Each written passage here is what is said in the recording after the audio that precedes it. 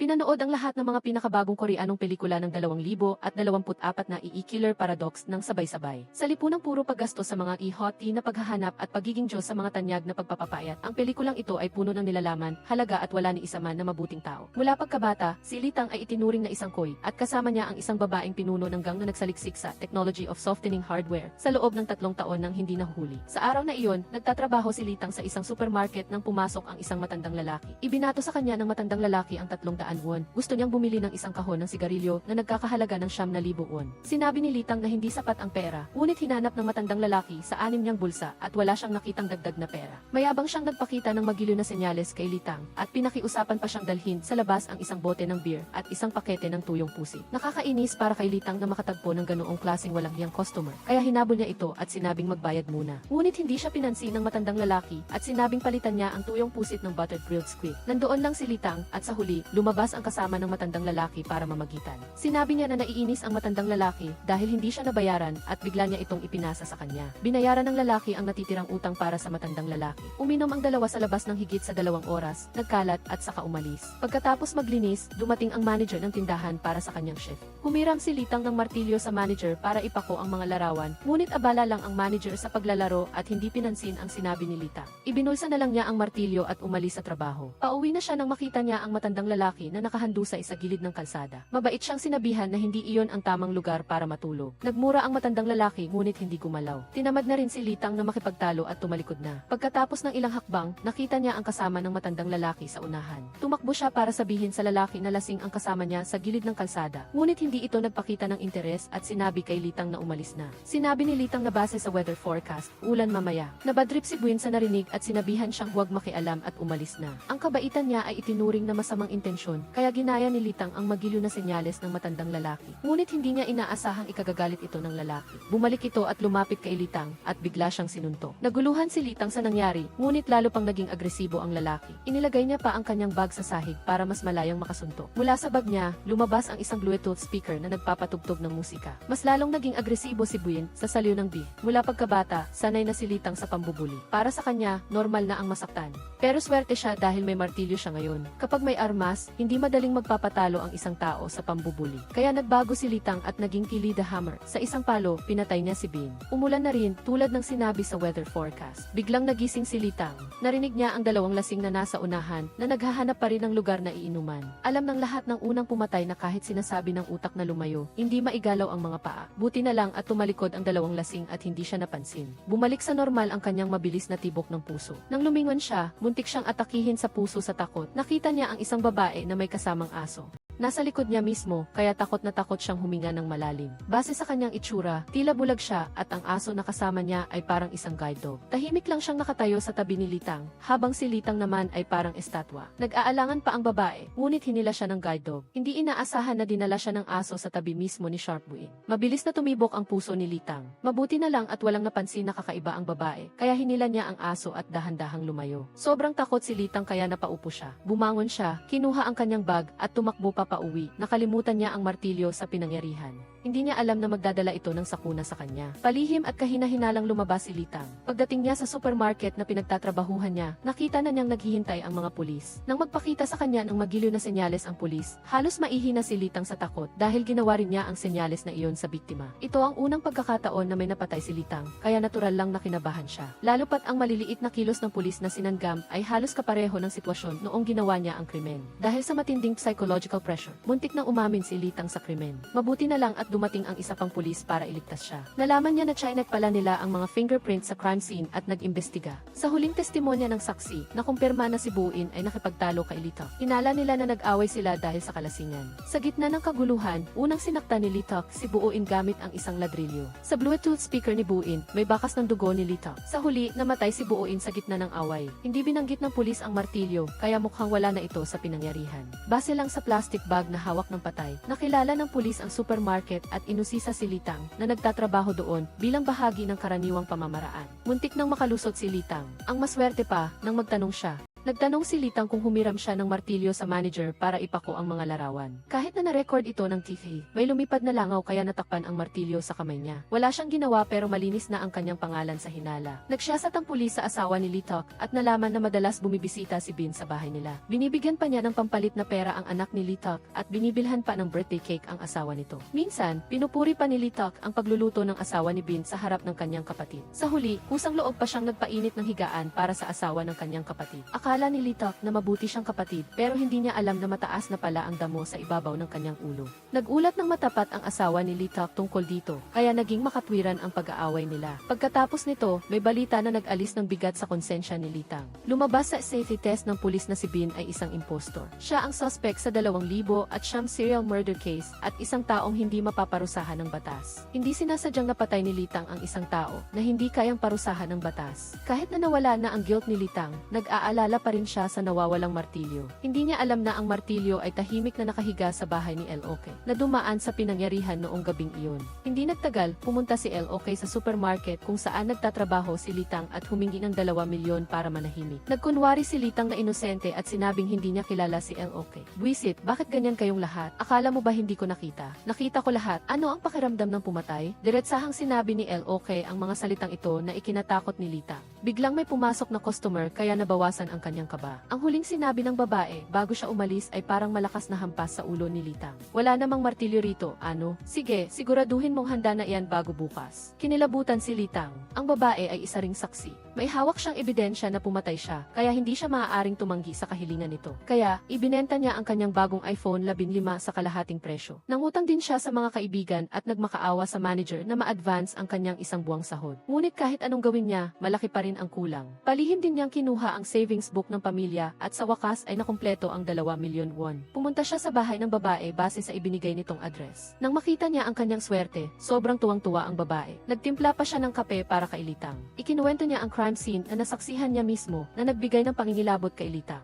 Pagkatapos, biglang binago ng babae ang usapan tungkol sa pera. Masunuring inilagay ni Litang ang tumpok ng pera sa harap ng babae. Akala niya ay tatahimik na ito, ngunit pagkatapos niyang bilangin ang pera, sinabi ng babae na kailangan siyang bigyan ni Litang ng 2 milyon won bawat buwan. Nawalan na ng 2 milyon won si Litang at niloko pa siya ng babae ng 2 beses. Hinablot ni Litang ang martilyo mula sa kamay ng babae at gustong tapusin ang lahat sa 2 milyon won na napagkasunduan nila. Alam ng mga lalaking katulad kong madalas niloloko ng mga babae na hindi sila ganoon kadaling sumuko. Maaga niyang nalaman ang lahat ng impormasyon ni Litang. Kahit kunin pa ni Litang ang martilyo, maaari pa rin niyang guluhin ang trabaho at pamilya ni Litang. At bukod pa roon, ang ififi ni Litang ay nasa buong bahay ng babae. Maaari niyang gamitin ang mga iyon bilang ebidensya para gawin siyang suspect. Tila ang pinakamahusay na solusyon ngayon ay sundin ang sinasabi ni LOK. Ngunit, sa tuwing naiisip niya na mabubuhay na siya ngayon na parang aso, nasa puso niya ang desisyon na labanan, kaya kinuha niya ang lahat ng lakas ng loob niya, inihampas ang martilyo ng diretso sa ulo ni El na naging sanhi ng pagkamatay niya. Kaagad na pinulot ni Litang ang pera at umalis dala ang martilyo. Napakakaunting tao ang kanyang sinaktan kaya kulang siya sa karanasan. Ang ikalawang pagkakataon na sinaktan ni Litang ang isang tao, ay nag-iwan pa rin ng maraming pagkukulang. Siya ay naging pabaya hanggang sa punto na iniwan niya ang kanyang fingerprint sa kandado ng pinto. Pagkatapos ay tumakas, ang dugo ni El ay umakit sa aso nito. Inakala pa nito na makakakuha ito ng dagdag na masarap na pagkain ngayon. Hindi nagtagal, napansin ng milk delivery guy ang mayroong kakaiba. Ang pinto ng babae ay puno ng 6 na karton ng gatas, ngunit walang kumuha nito. Sumilip siya sa butas ng pinto at nakita ang isang nakakatakot na tanawin. Agad na nagmamadaling nagsumbong ang delivery guy sa pulisya. Nang dumating ang pulisya, ang bangkay ng babae ay bahagi na lamang na hindi buo. Sa puntong ito nawala ng kontrol ang aso. Tumakbo ito kung saan-saan na parang baliw. Naghukay ito ng malaking butas sa hardin at biglang natuklasan ng pulisya doon. Nakabaon ang isang tumpok ng mga puting buto. Sa pamamagitan ng pagsusuri, natuklasan na ito ay ang mga labi ng biological na ina nito. Ang sanhi ng pagkamatay ay hindi pa natukoy. Samantala, ang kape at papel na tasa sa bahay ni Mijun ay naglalaman ng mahahalagang clue. Ipinakita ng mga resulta ng pagsusuri na puro laway ng aso lang ang mga ito. Nililinis ng aso na si Boy Gold ang lahat ng dako. Ang mga lugar na may dugo ay nilinis niya ng husto, walang pinalampas. Ang ASG ni Litang ay nabura ng aso. Siguro ang may-ari nito sa ilalim ng lupa ay hindi rin makakapayapa. Napilitan ang pulisya na gamitin ang dumi ni Boy Gold para sa pagsusuri. Samantala, si Litang, nang hindi nalalaman nalaman, ay naghihirap mula sa matinding pagpapahirap ng konsensya. Ang unang pagpatay ay maaaring ituring na self-defense na nagresulta sa aksidenteng pagpatay at ang biktima ay isang malaking kriminal. Ang pangalawang pagkakataon ay sadyang pananakit sa isang tao. Ang biktima ay isang mahina at walang kakayahang ipagtanggol ang sarili na babae na blackmail lang ang alam. Nang kinagat ng konsensya niya ay nagpasya siyang magpakamatay at sa sandaling iyon ay kumatok ang kanyang kaibigan sa pinto. Nagpakamatay siya sa loob ng kalahating oras, kaya ang kanyang kaibigan na kumakatok sa pinto ay umabot din ng kalahating oras. Hindi na niya matiis kaya tumayo siya at binuksan ang pinto. Pagkatapos ay inihagis niya ang perang hiniram niya sa kaibigan niya at pagkatapos ay tinalikuran at pinutol ang relasyon niya dito. Kaya huwag na huwag mong ituring na kaibigan ang nangutang sa iyo. Kapag naniningil ka, may mga taong mas gugustuhin pang magpakamatay kaysa ibalik ang pera sa kaibigan. Kung medyo formal ka, paano mo masisingil ang pera? Pagkatapos ng away na iyon, pansamantalang isinantabi ni Litang ang balak niyang magpakamatay. Nag-iisa siyang pumunta sa karaoke para maglabas ng sama ng loob sa pamamagitan ng pag-inom. Sa oras na ito, isang pulis ang naglalakad kasama si Boy Gold. Hindi nakakita ang pulisya ng anumang clue mula dito. Isinasaalang-alang ang pagmamahal nito sa may-ari nito hanggang sa kumain pa ito ng bangkay. Ang may-ari ay medyo uliran din. Kaya nagpa siya ang pulisya na bibigyan ito ng euthanasia. Sinilip ng dalawang lasing na magnanakaw ang isang pulis. Ilang araw bago pa man, tinuruan sila ng pulis na sinanggam ng leksyon, kaya ibinuhos nila ang kanilang galit sa pulis na ito. Isa sa dalawa ang sumugod at ginamit ang bote ng alak para saksakin ang pulis. Sinamantala rin ni Boy Gold ang pagkakataon para tumakas. Mabilis na tumakas ang dalawang magnanakaw at sa oras na ito ay lumabas si Litang mula sa karaoke bar. Nakita niya ang balita na si El ay nakumpirmang pumatay sa kanyang mga magulang. Labis na natuwa si Litang, pinatay niya ang tamang tao at nakakuha pa ng hindi sinasadyang suporta mula sa ikatlong partido upang linisin ang lahat ng hinala. Tila hindi na malayo ang distansya niya sa jackpot. Habang komportable siyang naglalakad pa uwi, nakalaban niya ang dalawang magnanakaw na iyon. Galit sila dahil wala silang pera para makabili ng sigarilyo at siya ang naging target nila para pagnakawan, anuman ang mangyari. Si Litang ay isang mamamatay tao na may kasaysayan ng pagpatay sa dalawang tao. Nakilala niya ang isa sa dalawa na sangkot sa isang kaso ng pagpatay. Biglang kinilabutan ang likod ng kanyang liig nang pag-isipan niya itong mabuti. Ang pakiramdam ay lumitaw sa dalawang nakaraang kaso at lahat ay palatandaan ng papalapit na panganib. Ang eksena ay lumipat sa dalawang magnanakaw na nakalantad sa ilang. Ang buong katawan ni Litang ay nababalutan ng dugo na nakahiga sa loob ng bahay. Hindi na kailangang hulaan upang malaman na siya ang pumatay sa dalawang magnanakaw na iyon. Siya ay bumangon mula sa lupa ng may pagkalito at sa oras na ito ay natuklasan na ang sandata ay inilagay din sa loob ng bahay. At sa tabi nito ay mayroong upos ng sigarilyo at maliit na piraso ng papel. Binuksan niya ang piraso ng papel at natuklasan na may nakasulat dito. Malabo niyang naaalala na may nagdala sa kanya pa uwi sa bahay habang siya ay malabo ang pakiramdam. Nakasulat sa piraso ng papel ang isang social media account at sinabi rin na kung kailangan ng tulong, makipag-ugnayan lang anumang oras. Mukhang pagkatapos makapanakit ng tao ay tinulungan siya ng isang benefactor. Si Yeonseo ay nagbibilad sa araw kasama ang kanyang matalik na kaibigan, ngunit napansin siya ng mayamang kaibigan ng kanyang matalik na kaibigan na si Jaejun. Kahit na napakaingat niya, mahirap pa ring makatakas mula sa mga kuko ng taong ito. Napakaganda, hindi ba? Ang mga sugat sa katawan ay madaling gumaling, ngunit ang dilim sa isip ay hindi kailanman mawawala pagkatapos ng isang buwan ng pagpapahirap. Si Yeonseo. Pinili ni Yeonseo na magpakamatay at sa libing, ang ina ni Jaejun ang gumawa ng iskandalo at sadyang binago ang katotohanan upang matulungan ang kanyang anak na makatakas sa krimen. Sa huli ay ginamit ni Jaejun ang kapangyarihan ng pera upang gawing kusang loob ang sapilitang pangyayari para sa magkabilang panig. Hindi lamang siya hindi nagsisi, kundi pagkatapos nito ay madalas din siyang nananakit ng tao, nagnanakaw, at sinira pa ang bote ng alak at sinaksak ang pulis na nasa tungkulin. Dahil lamang sa paghihiganti sa pagtatanong sa kanya ng pulis ilang araw na ang nakalipas, pagkatapos niyang saksakin ang pulis ay inatake siya ng labis na pananabik sa sigarilyo, ngunit naubos na ang pera niya. Kaya pinuntirya niya at ng kanyang kasabwat si Litang nakapapadaan lamang doon.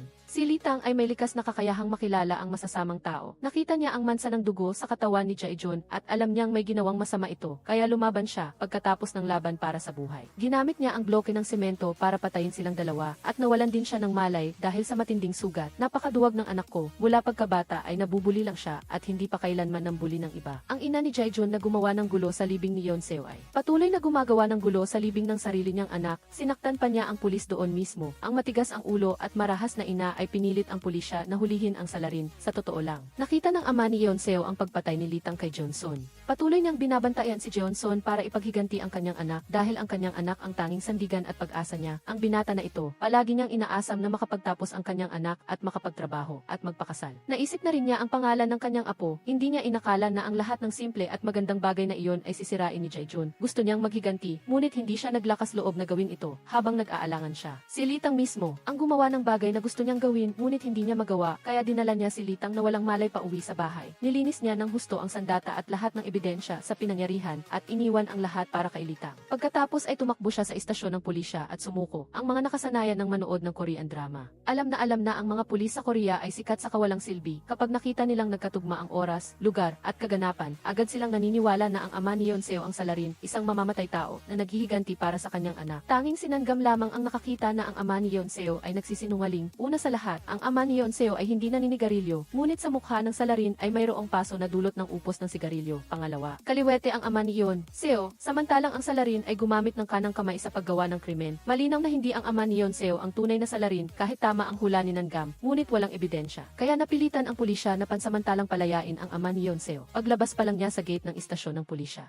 agad na sinalpok siya ng isang Porsche. Ang nagmamaneho na bumangga sa ama ni Yeonseo ay ang ina ni Jae-jun. Mabuti na lang at ang ama ni Yeonseo ay nagkaroon lamang ng bali sa kaliwang hita, walang malubha. Sa kabilang banda, si Litang ay pinahihirapan ng konsensya dahil sa sunod-sunod na pananakit sa 4 na tao. Naghahanda na siyang sumuko. Bago siya sumuko, pumunta siya sa bangko at inilipat ang pera para bayaran ang taong nagpahiram sa kanya. Paglabas pa lang niya ng pinto, hinablot na ng grupo ng magnanakaw sa motorsiklo ang kanyang bag. Nahulog siya sa lupa. Bumagsak ang kanyang kamay na nagdulot ng pinsala sa braso. Tumakbo ang grupo ng magnanakaw sa motorsiklo sa isang lugar na walang tao. Binuksan ang bag. At natuklasan na ang bag niya ay katulad ng sa akin. Wala itong laman, ginawa. Ang isang film blogger na kahit Pasko ay walang ni isang sentimo. Mas mabuti pa ang mamalimos kaysa ganito. Itinapon ng grupo ng magnanakaw ng motorsiklo ang lahat ng sandata niya sa ilog. Si Litang ay nakahiga sa loob ng sasakyan ng pulis. Pakiramdam niya ay maswerte siya dahil sa tuwing dumating ang mahalagang sandali, laging may lumalabas na tutulong sa kanya na sirain ang ebidensya. Kaya tinalikuran niya ang ideya ng pagsuko. Simple lang siyang tinanong ng pulis tungkol sa pagnanakaw sa kanya at pagkatapos ay dinala siya sa ospital. Nangyari na iyon din ang ospital kung saan ginagamot ang ama ni Yeonseo at nakita rin siya nito. Hindi kilala ni Litang ang ama ni Yeonseo, ngunit nakilala siya nito. Hinabol at nakita siya ng ama ni Yeonseo. Pagkatapos ay ipinaliwanag nito ang kanyang pagkakakilanlan, si Litang.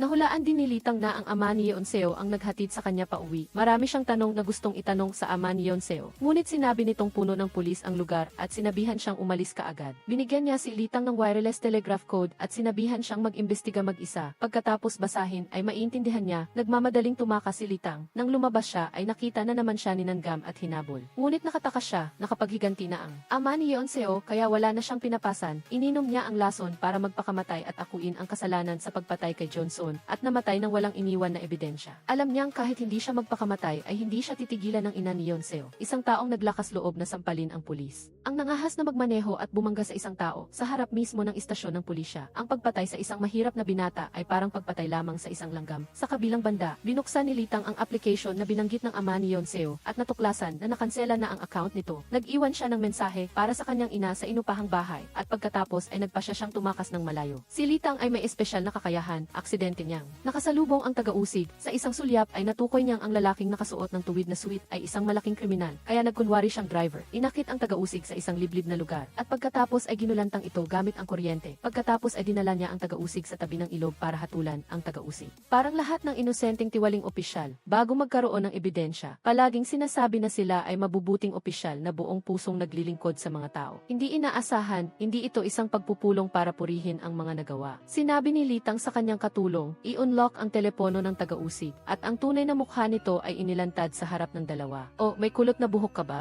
Hindi nagsalita si Litang, ngunit dahan-dahang lumapit sa taga-usig at dahan-dahang ipinasok ang kutsilyo sa katawan nito. Lumutang ito sa tubig ng perpekto ang posisyon ng tinanahan ng bahay dahil sunod-sunod siyang nakapatay ng 4 na tao. Kahit na lahat sila ay masasamang tao, hindi pa rin siya tumitigil sa pagkonsensya. Nagplano siyang pumunta sa Canada para itago ang kanyang pagkakakilanlan at mamuhay ng nag-iisa. Sa subway, sa wakas ay napansin siya ng matabang lalaki. Ako si Only for Heroes. Iyon ang pangalan ng taong tumulong sa kanya matapos niyang patayin si Lee. Ang taong pumirma sa papel at iniwan ito. Si Ron Bin pala ang pangalan ng matabang lalaki. Tahimik na sinusundan si Litang ni Ron Bin mula sa likod. Dinala ni Ron Bin si Litang sa kanyang bahay sa Dragon's Dam. Ang bahay ay puno ng maliliit na modelo ng superhero. Noong bata pa si Ron Bin, pinaslang ang kanyang mga magulang sa kanilang bahay at hindi mahuli ng pulisya ang salarin. Unti-unti siyang nawala ng tiwala sa pulisya at nagpa siyang sanayin ang kanyang sarili upang parusahan ang mga masasamang tao na hindi kayang panagutin ng batas. Sa huli, napagtanto niya na wala siyang kakayahan para dito, kaya naghanap siya ng mga perpektong tao para isakatuparan ang kanyang layunin. Si Litang ay akma sa kanyang mga pamantayan. Handa siyang magbayad at magbigay ng teknikal na suporta para anyayahan si Litang na sumali sa grupo. Ibinigay niya kay Litang Litang ang mga dokumento tungkol sa mga taong pinatay niya dati upang patunayan na lihim siyang tumutulong. Itinuro rin niya ang super kapangyarihan ni Litang na patayin ang mga basura ng lipunan. Bukod pa rito, misteryosong nawawala ang mga ebidensya ng kusa kahit na walang ilay na sadyang sumisira sa mga ito. Sa aking opinyon, ito ay kalooban ng Diyos, nais niyang magpatuloy ang bagay na ito. Bukod doon, hindi na ito maipapaliwanag pa. Pinayuhan ni Robin si Litang na alisin ang bigat ng isipan dahil nililinis lang niya ang basura at isinasagawa ang hustisya. Sinabi niya kay Litang na gumawa ng sariling desisyon at kung sigurado siyang sasali, pumunta sa likod ng display cabinet at tingnan, kunin ang gusto niya. Matapos magsalita, umilik siya. Hindi napigilan ni Litang ang kanyang kuryosidad. Lumapit siya sa lihim na pinto sa likod ng display cabinet. Ang loob ay hindi lang puno ng pera at iba't ibang uri ng mga dokumento, kundi mayroon ding iba't ibang uri ng armas. Pinili ni Litang ang isang dekuryenteng patpat na akma sa kanyang kamay at isinuot ang espesyal na uniforme. Bilang pagdeklara ng pagpasok sa grupo, ang panlabas na pagkakakilanlan ni Robin ay isang hacker. Madalas siyang pumapasok sa server ng pulisya at maihawak na mahalagang mga dokumento na mahirap hanapin. Kapag nahihirapan si Nanggam sa isang kaso, madalas siyang humihingi ng tulong kay Robin.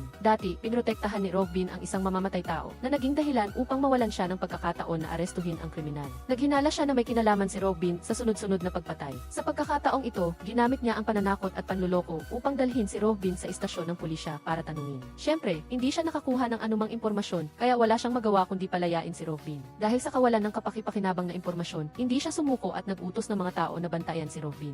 Sa labas ng bahay ni Robin at tunay na lumabas si Litang, nagpanggap siyang delivery boy para makipagkita kay Robin para magpalitan ng impormasyon. Pinaalalahanan siya ni Robin na mag-ingat sa mga pulis. Hindi inaasahan, pagkababa pa lang niya ay hinarang na siya ng mga pulis para tanungin. Mabuti na lang at hindi siya nakilala ng pulis na nagtatanong. Matapos magtanong ng ilang simpleng impormasyon, pinakawalan din siya. Nang i-report ng mga pulis ang impormasyong ito kay Nanggam, napagtanto niya na nakalampas siya sa malaking isda. Dali-dali niyang sinabi sa kanyang kasamahan na habulin si Litang, habang siya naman ay dumiretso sa bahay ni Robin.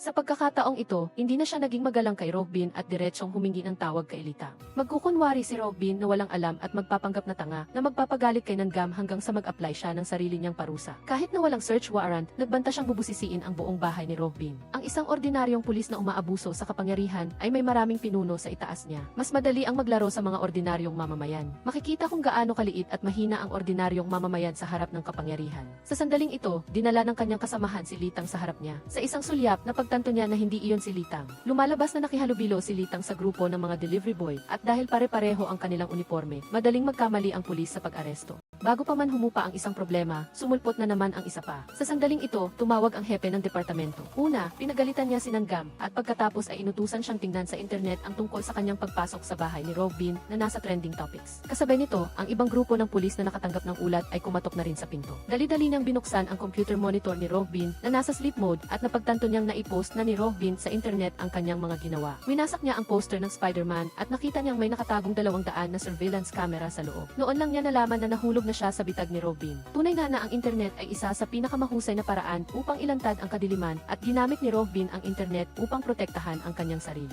Napilitang kalagkarin palabas si Nanggam ng kanyang mga kasamahan. Ang insidenteng ito ay nakakuha ng matinding atensyon mula sa mga pinuno at personal silang pumunta sa lugar para turuan sila. Sa huli, sinuspinde si Nanggam at malungkot na umuwi. Tulala siyang nakatingin sa hangal na aso ni Lokay. Sa kabilang banda, inanap ng pulis na si Song Chon ang kasamahan ni Litang na nagde-deliver upang magtanong tungkol sa kinaroroonan nito. Sa pagtingin pa lang sa mukha ni Song Chon, makikita na ang aura ng isang kontrabida. Noong bata pa si Gion A, dahil sa kawalang muwang, niloko siya ng kanyang nobyo na mag-record ng intimate video na in-upload sa internet para sa mga netizen. Hindi nagtagal, naging katatawanan siya kaya napilitan siyang magpa-opera, magpalit ng pangalan at gumawa ng bagong e-card at tumakas patungo rito. Noong nagtatago, sa araw na iyon, kumakain si Gion A kasama ang kanyang ina na bumisita. Nang aksidente siyang nakakita ng isang lalaki na palihim na nakatingin sa kanya mula sa malayo. Nang lumingon si Gion A, hindi umiwas ang lalaki kundi tumawa pa ng walang hiya. Nagalit si Gion A, ang tingin niya sa lalaki ay nagpapahiwatig na galit siya, ngunit patuloy pa rin ang lalaki sa pagtitig sa kanya. Lumapit si Gion A sa lalaki, bakit mo ako tinitingnan? Nakakita ka ba ng isang babae mula sa mga romance movie sa totoong buhay? Kaya nahumaling ka na? Hindi iyon ang dahilan.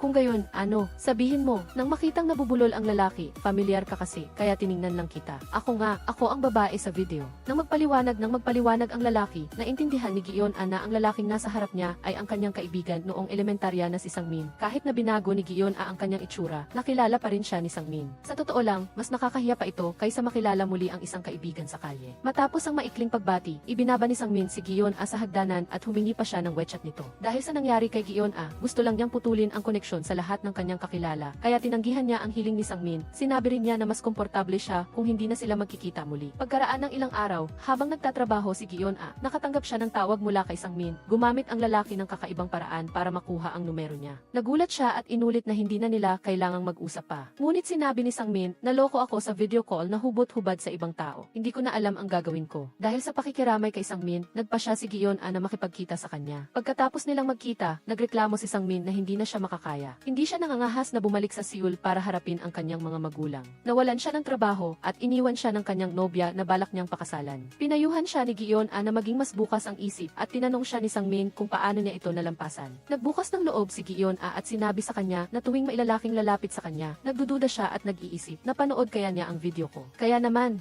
hindi pa rin ako nakaka-move on at nagdurusa pa rin ako. Nang marinig ni Sangmin ang sinabi ni Gion-a, bigla siyang tumayo at lumuhod sa harap niya, hinawakan ang kanyang kamay. Hindi mo kasalanan iyon, talagang hindi. Sinisikap mo talagang mamuhay ng maayos. Ang isang babae na lubos na nasaktan ng isang lalaki ay hindi natatakot na masaktan pa. Ngunit wala siyang depensa laban sa kanilang lambing. Dahil dito, madaling nakapanatili si Sangmin sa bahay ni Gion-a. Sa gabi, pareho silang hindi mapakali habang natutulog ng magkahiwalay. Gusto mong umakyat dito? Alinsunod sa nararamdaman, nagkaroon sila ng relasyon at nagkaroon ng matamis na panahon. Palaging nakangiti ng masaya ang mukha ni Sangmin. Hindi na niya itinatago sa harap ng kanyang magiging asawa na si Hyunjae. Tinanong ni Hyunjae kung bakit siya ngumingiti ng parang baliw at walang hiyang nagsinungaling si Sangmin na tuwing iniisip niya ang tungkol sa nalalapit nilang kasal. Tuwang-tuwa siya na kahit natutulog, nagigising siyang nakangiti. Ang matalinong pagsasalita nito ay labis na nagpasaya sa kanyang nobya. Bumuo siya ng imahe ng isang masipag na asawa sa harap ng kanyang nobya. Ngunit sa likod nito ay lihim siyang naglalaro kay Gion-a. Walang kamalay-malay si Gion-a matapos ang 1-0 segundong matinding pakikipaglaban. Nakatanggap si Sangmin ng mensahe. Lihim niyang binasa ang mensahe sa likod ni Gion-a at itinaob ang telepono sa mesa. Ang kakaibang kilos na ito ay nakakuha ng atensyon niya. Tumayo siya at kinuha ang telepono ni Sangmin. Nang makita ang imbitasyon sa kasal na ipinadala ni Sangmin sa kanyang mga kaibigan, naintindihan na niya ang lahat. Hinarap niya ang lalaki at natural, hindi niya inamin na niloloko niya ang dalawa. Talagang kasuklam-suklam at duwag si Sangmin. Nagkaroon sila ng matinding pagtatalo. Nagalit si Gion-a at nagbanta na sasabihin niya ang lahat ng maruruming bagay tungkol sa kanyang mga kaibigan at pamilya. Natural, labis na natakot si Sangmin at sa galit, sinakal niya si Gion-a hanggang sa mamatay.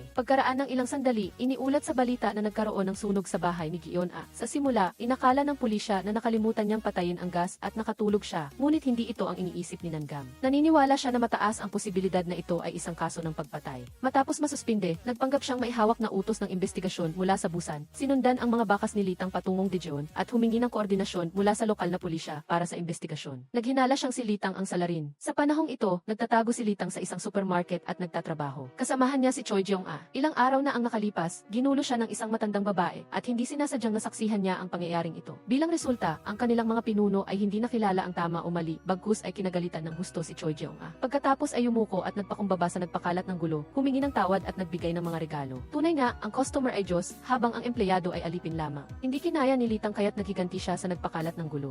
Sinadya niyang itapon ang upos ng sigarilyo sa windshield ng sasakyan ng babae. Nagbanta ang nagpakalat ng gulo na magsusumbong sa pulis batay sa footage ng dashcam. Dalhin mo ang mga bagay na iyan at isoli. Nakuna na lahat yan ng surveillance, di ba? O gusto mong ako na lang ang magsumbong para sa'yo? Diyos ko, ano nang gagawin mo? Nagiganti si Litang para kay Choi Jeong-a, kaya paano niya ito papatayin? Ngayon, nang marinig ang balita tungkol sa biglaang pagkamatay ni Choi Jeong-a, labis din siyang nagulat. Ngunit hindi pinahintulutan ng realidad na mas mag-isip pa siya dahil sa oras na ito, isang taong nagngangalang Song Chon ang sumusunod sa kanya at saan man siya pumunta ay sinusundan siya ng lalaking iyon. Napagtanto niya na ang taong ito ay hindi dumating dito na may magandang intensyon. Nang paalis na sana siya, nakasalubong niya si Jang Nangam na dumating upang hulihin siya. Sa huli, sa gitna ng takot at pagtakas, natumba siya dahil kay Song Chon. Dati, si Song Chon ay kasamahan ni Litang at Robin, ngunit kalaunan ay nagkaroon sila ng hidwaan at naghiwalay sila. Gusto ni Song Chon na sumali si Litang sa kanyang grupo. Sa sandaling iyon, hinabo ni Jang Nangam si Litang na sinamantala ang pagkakataon upang makatakas. Sa kabilang banda, naramdaman ni Ha Sangmin na hindi maganda ang kanyang pakiramdam kaya nagpunta siya sa ospital para magpatingin. Hindi diretsahang sinabi ng doktor na huwag mag-alala tungkol sa A. Ngunit maaaring mayroon siyang sexually transmitted disease tulad ng mga seryosong problema tulad ng genital warts. Sinabi ng doktor na mayroon siyang gonorrhea at naiinis siyang gustong sabihin ito kay Hyunji. Sino ang mag-aakala na iginiit ni Hyunji na siya ang unang magsalita? Hindi niya pinakinggan, ngunit nang marinig niya, namutla siya sa takot. May gonorrhea ako. Ngayon, anong gagawin ko, mahal? Patawarin mo ako. Nagkamali lang ako minsan.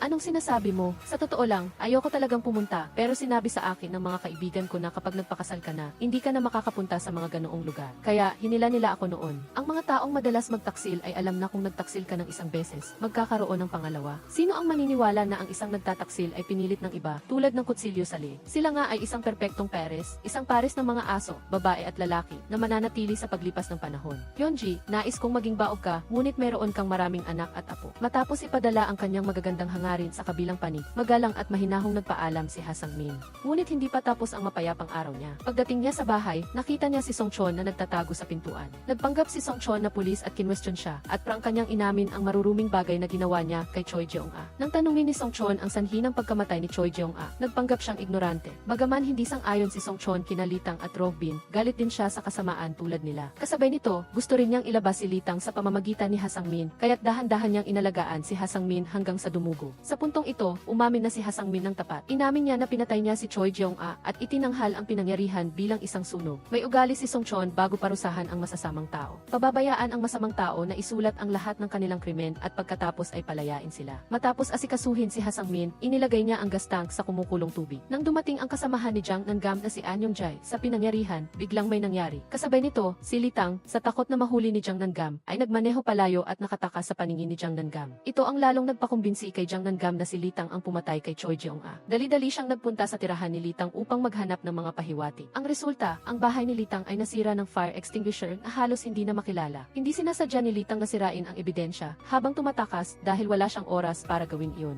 Ang dahilan sa likod nito ay nakakatawa at nakakalungkot. Ilang araw bago, habang nasa elevator, nakilala niya ang isang binatilyo at sa isang sulyap lamang, kinilabutan siya. Ito ay isang reaksyon mula sa kanyang super sense ability nang makilala niya ang masamang tao. Dahil ayaw niyang magpatuloy na lumikha ng mas maraming krimen, umatras siya. Ngunit ang kilos na ito ay mali ang pagkakaintindi ng lalaki na inakala niyang hinahamak siya. Kaya, palihim siyang pumasok sa bahay ni Litang habang wala siya. Ginamit ang fire extinguisher para maghiganti ng may kasiyahan, ngunit hindi sinasadyang natulungan si Litang sa isang malaking bagay. Ito rin ay isa pang superpower ni Litang. Gaano man karaming gulo ang kanyang likhain, laging may taong kusang aayusin ito para sa kanya. Kung mayroon akong kapangyarihang ito, sigurado akong maglakas loob ako. Paghamon sa buong bansa, hindi ba? Ito ang lumikha ng kakaibang kababalaghan. Ang mamamatay tao ay si Ha Sang-min, ang sumira ng ebidensya ay ang binatilyo, at ang tumakas ay si Litang. Ginulo nila ang pulisya. Muling lumusot si Song Chon sa tirahan ni Robin at tila mas nagkakaintindihan ang mga nasa labas ng sistema. Nahulaan ni Robin na si Song Chon ang nag-asikaso kay Ha Sang-min matapos ang isang mahabang, intimate na pag-uusap na nagbabalik tanaw sa nakaraan.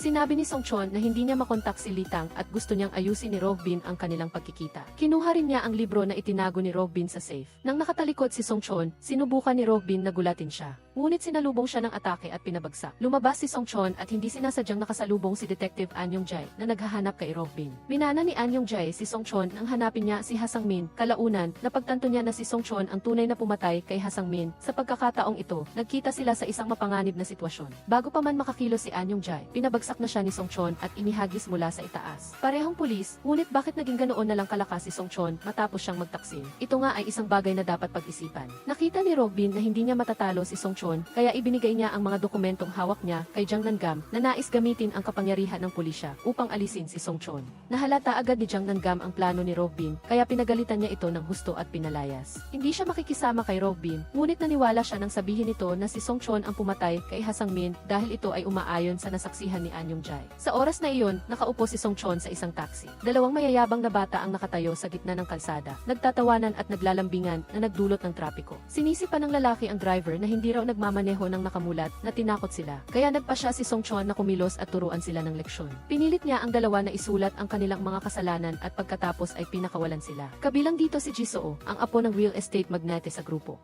Kaya't sinumang makahanap ng tunay na salarin ay magkakaroon ng magandang kinabukasan. Nilapitan ni Myun si Jang Nan-gam dahil siya ang pinaka nakakaalam sa mga ganitong uri ng kaso. Umaasa si Myun na mahuhuli niya ang tunay na salarin upang matulungan siyang ma-promote. Kahit na nagkamali si Jang Nan-gam noon, hindi na nila ito pinansin. Generoso pangang ibinalik ni Myun ang kanyang posisyon. Tutal, sa harap ng benepisyo sa pera, maaaring magbago ang lahat ng prinsipyo. Samantala, matapos iwanan ni Jang Nan-gam, kusang nakipag-ugnayan si Robin kay Jeong-suk at sinabing may paraan siya para mahanap ang tunay ay nasala rin si Song Chon. Nakipag-usap siya kay Litang na kapag may balita tungkol kay Song Chon, kailangan niyang ipaalam sa kanya. Di nagtagal. Pagkatapos, kusa na mismo si Song Chon na nakipag-ugnayan kay Litang at nagkita sila sa isang cave. Ibinigay ni Litang ang address kay Robin at pagkatapos ay sumunod siya kasama ang kanyang mga tauhan. Pagkatapos ng kanilang pagkikita, muling inalok ni Song Chon si Litang na sumama sa kanyang grupo. Pinaparusahan ni Litang ang mga nagkasala at nakakataka sa parusa ng batas na sa esensya ay iba sa walang habas na pagpatay ni Song Chon. Sa kanyang mga aksyon, tinanggihan niya ang alok ni Song Chon, ngunit sinalubong siya ng counter-attack at pinabagsak at binugbog. Sa oras na ito, dinala ni Robin ang mga tauhan ni Jeong Suk upang habulin at hulihin si Song Chon. Sinamantala ni Litang ang pagkakataon upang tumakas palabas at doon niya lang nalaman na si Robin ay pinagtaksilan at ginapos ng mga tauhan ni Jeong Suk. Dali-dali niyang kinalagan si Robin at nagtago silang dalawa sa ligtas na lugar. Napakakomplikado ng mundong ito, gusto mo bang umalis dito kasama ako? Matagal ng single kaya't nakakakita na siya ng mga ilusyon mula sa mga painting. Sa kanilang pagtakas, walang gaanong pagpipilian.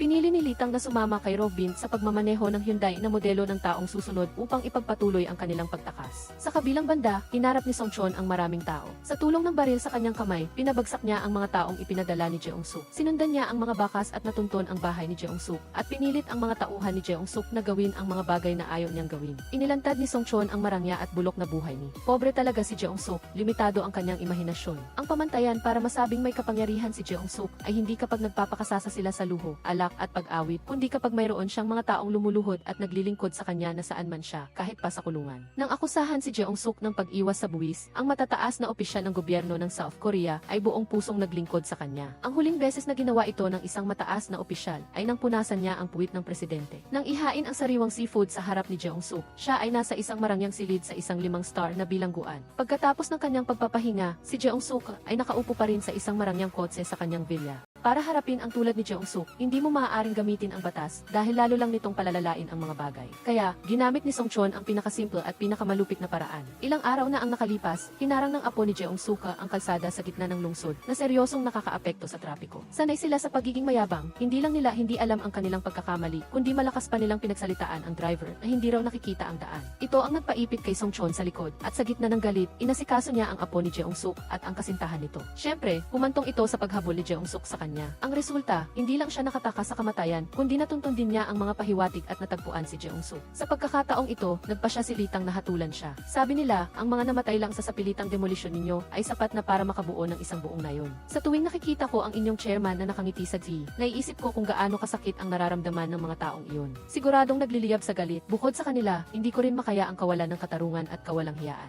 Hindi ko na rin ito kayang tingnan. Sa mismong sandaling iyon, dumating si Jang Nangam kasama ang kanyang team upang arestuhin si Song Chon. Dahan-dahang ipinasok ni Litang ang isang screwdriver sa carotid artery ni Jeong Suk. Kung bubunutin niya ito, siguradong bubuga si Jeong Suk ng dugo at mamamatay kaagad. Ginagamit ni Song Chon ang buhay ni Jeong Suk bilang hostage. Pinilit ni Song Chon si Nangam na palayain siya at sa gayon ay makakatulong siya kay Nangam na ma-promote. Talagang win-win situation. Ngayon, may dahilan si Nangam para arestuhin si Song Chon, hindi dahil sa tungkulin niya bilang pulis, kundi dahil noong bata pa siya, pinaghihinalaan niya na may relasyon ang kanyang ina kay Song Chon. Binugbog ni Song Chon ang kanyang ama at naging parang halaman na hanggang ngayon ay nakahiga pa rin sa kama ng ospital. Dinurog ko ang ulo ng tatay mo. Gusto mo bang maghiganti? Nanginginig sa galit si Nangam, ngunit hindi siya nangahas na magpaputok ng baril. Si Song Chon ay nanatiling malakas. Kahit na tinutukan siya ni Nangam ng baril sa ulo, naglakas loob pa rin si Song Chon na bunutin ang screwdriver. Mas gusto niyang maaresto kaysa sa hindi niya ma-enjoy ang pagpapahirap sa anak ng dating kasamahan. Nagtuloy-tuloy si Liu Jeong sa pagbubuhos ng asin sa sugat ni Nangam. Para mapalawak ang epekto ng pag-aresto kay Song Chon, pinaplano niyang magbigay ng public statement si Nangam. Ang kriminal na naging dahilan para maging halaman ang tatay mo ay personal na inaresto ng kanyang anak na ngayon ay pulis. Gustong-gusto iyan ng lahat kahit ang pagbabawas lang ng timbang ay pinupuri na sa langit. Hindi ba mas nakakaantig ito at masarap iyakan? Hindi ba ang kwentong ito ay nagpapalabas sa mga tao ng emosyon at nagpapaalala sa kanila ng kanilang mga magulang? Hiniling niya kay Nangam na ihanda ang talumpati at sa tamang oras, babayaran niya para maging trending ito. Ang resulta, bago pa man madala si Song Chon sa istasyon ng pulisya, nasangkot siya sa isang aksidente kung saan 4 na detective ang nakapalibot sa kanya. Gayunpaman, nakatakas siya mula sa aksidente.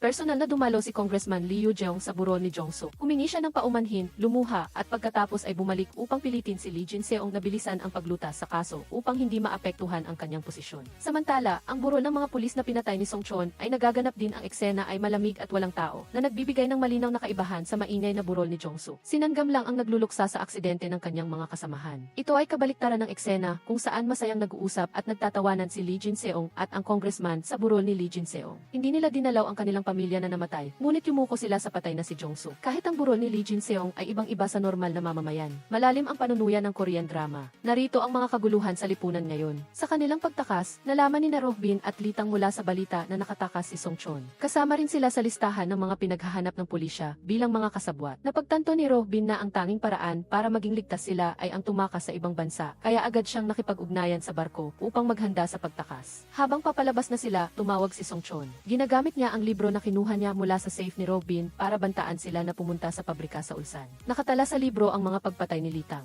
Nagkunwari si Roh Bin na walang problema at sinabihan si Litang na umuna na. Plano niyang mag-isa na lang harapin si Song Chon. Ngunit naramdaman ni Litang ang isang kakaiba. Kaya habang nasa banyo si Roh Bin, palihim na nag-install si Litang ng tracking API sa telepono ni Roh Bin at naghiwalay sila. Doon, lumapit si Roh Bin kay Nangam at nag-alok na makipagtulungan. Ngunit hindi pa rin nagtiwala si Nangam kay Roh Bin at tumanggi siya. Sa parehong oras, bigla siyang nakatanggap ng tawag mula sa isang kasamahan at nalaman na palihim na pumunta si Song Chon sa ospital kung saan nakakonfine ang kanyang ama upang gumawa ng krimen. Nang dumating siya, patay na ang kanyang ama. Si Song Chon ay nagbigay ng gamot sa kanyang ina na ngayon ay nasa koma. Ang pagnanais na maghiganti ay nagpababa ng kanyang pag-aalala. Kinuha niya ang kanyang baril at dinala si Roh Bin upang hanapin si Song Chon para maghiganti. Sumakay sila sa kotse at nagmaneho patungo sa pabrika sa Ulsan. Sa daan, patuloy na ipinaliwanag ni Roh Bin na ang mga pinatay ni Litang ay pawang mga heinous criminals na lubos na naiba sa random na pagpatay ni Song Chon. Sa kabilang banda, mas gusto na ngayon ni Nangam na patayin si Song Chon dahil sa personal na paghihiganti, hindi para sa legal na hustisya. Ang ginagawa niya ay hindi naiba sa ginagawa ni Litang. Handa si Roh Bin na akuin ang lahat ng kasalanan pagkatapos ng lahat ng ito at humiling lang na patawarin ni Nangam si Litang. Samantala, matapos basahin ang sulat na iniwan ni Roh Bin, naintindihan din ni Litang ang kagustuhan ni Roh Bin na protektahan siya. Tinalikuran niya ang pagkakataon na tumakas sa ibang bansa at ginamit ang upang magtungo sa pabrika sa Ulsan. Pumunta sila sa pabrika, naglaban sina Roh Bin, Litang at Song Chon. Sa gitna ng kaguluhan, pinaputukan ni Nangam si Song Chon habang binaril naman ni Song Chon si Roh Bin. Ang resulta, bahagyang nasugatan lang si Song Chon habang si Roh Bin naman ay namatay. Lubhang nalungkot si Litang sa pagkamatay ni Roh Bin dahil siya lang ang nag-iisang kaibigan sa madilim niyang buhay. Sinisisi niya si Song Chon kung bakit hindi ito namuhay ng maayos. Kung hindi tayo nag-cruise ng landas, sana ay maganda ang lahat. Ngunit sinabi ni Song Chon na narinig niya ang tungkol sa pambihirang kakayahan ni Litang na kilalanin ang masasamang tao, kaya naghanap siya ng patunay. Hindi niya inaasahan na mauwi ito sa isang serye ng trahedya. Sa puntong ito, lumapit si Nangam upang patayin si Song Chon bilang paghihiganti, ngunit narinig niya ang isang nakakagulat na katotohanan na nagpabagsak sa lahat ng kanyang mga paniniwala. Sa katunayan, ang taong may relasyon sa kanyang ina ay hindi si Song Chon, kundi ang superior niya na si Kyung Hwan. At ang kanyang ama, si Jang Gab-soo, ay hindi rin isang warang at tapat na pulis tulad ng akala niya. Isang beses, inutusan ni Jang Gab-soo si Song Chon na magdala ng isang kahon ng ginseng kay Tita Hwang, isang kuok sa internal cafeteria ng istasyon ng pulisya, bilang paalam sa kanyang pag-uwi. Ngunit nang makabalik si Tita Hwang sa kanyang probinsya, inaresto siya ng mga lokal na pulis. Lumabas na may nakatagong puting pulbos sa kahon ng regalo. Sa loob ng maraming taon, ginagamit ni Jang Gab-soo si Tita Hwang. Hindi alam ni Tita Hwang na nagbebenta siya ng puting pulbos. Palihim na pinuntahan ni Song Chon si Jang Gab-soo upang tanungin, ngunit matigas itong tumanggi at sinaktan pa si Song Chon. Ang mga matatanda, tulad namin, ay may mga sariling problema. Sa tingin mo ba, ang mga magulang mo ay pumatay dahil gusto lang nilang pumatay? Gusto mo bang may tatak ka ng anak ng mamamatay tao dahil doon? Muntik ka nang mamatay sa gutom sa loob ng aparador. Ako ang nagligtas sa iyo. Hindi ka man lang nagpasalamat kahit na inampon ni Jang Gab-soo si Song Chon at ginawa siyang pulis, hindi pa rin siya pinapansin tuwing may pagkakataon na ma-promote. Anak ka ng mamamatay tao. Kung ilalagay ka sa homicide squad, ano ang sasabihin ng mga tao? Hindi ba? Pero ang corrupt na pulis, okay lang.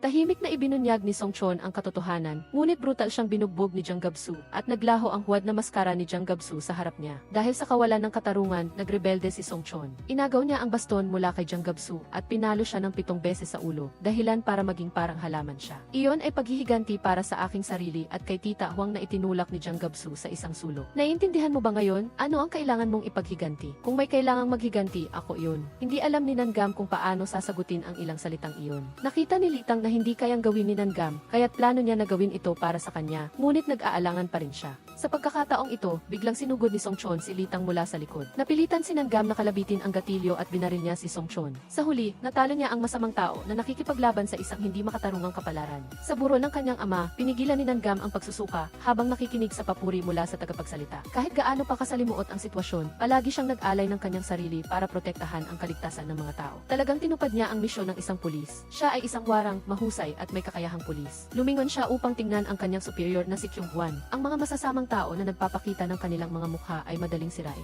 Ngunit ang mga mahusay na lider na nagtatago sa ilalim ng bandila ng hustisya ay mas mahirap harapin. Nailabas lang niya ang kanyang galit sa kanyang sarili, habang sinasabi sa labas, siya ang aming mahusay na lider. Para maiwasan ang nakakadiring pakiramdam, iniwan niya ang trabaho bilang pulis at nag-focus sa pag-aalaga ng mga aso. Sa huli, mas tapat at mapagkakatiwalaan ang mga aso kaysa sa mga tao. Ang huling konklusyon ng pulisya ay si Song Chon ay pumatay ng 30 tao at binaril hanggang mamatay. Si Roh Bin, na itinuturing na kasabwat, ay binaril din hanggang mamatay ng pulisya. Nakatakas si Litang. Hindi nakita ng pulisya ang anumang bakas niya sa pinangyarihan ng krimen, kaya patuloy siyang nagtatago sa gitna ng karamihan at pumapatay ng mga karapat-dapat mamatay. Dito nagtatapos ang pelikulang TE Killer Paradox. Bagamat kilala ang mga Korean sa kanilang galing sa paghiram ng mga ideya, ngunit sa pagpuna sa kasalukuyang lipunan, matalas at masakit ang kanilang paggamit ng satero. Ang mga mayayamang negosyante ay maaaring sampalin ang isang pulis sa publiko o sadyang banggain ang isang tao gamit ang kanilang sasakyan sa harap mismo ng istasyon ng pulisya. Ngunit nakalalaya pa rin sila ng walang pananagutan. Kahit nasa kulungan, tinatangkilik pa rin nila ang serbisyong parang sa hotel. Kahit sa kanilang kamatayan, puno pa rin ito ng karangalan. Gumamit sila ng visual na wika upang ilarawan ang kawalan ng katarungan sa lipunan na tumutulong sa atin na makita ang masamang mukha ng mga makapangyarihan at kapitalista. Ang buong kwento ay parang isang kapistahan para sa mga masasamang tao. Dapat sabihin na ang mga Koreano ay talagang matapang gumawa ng mga pelikula. Dito nagtatapos ang ating paliwanag na video ngayon. Hanggang sa muli!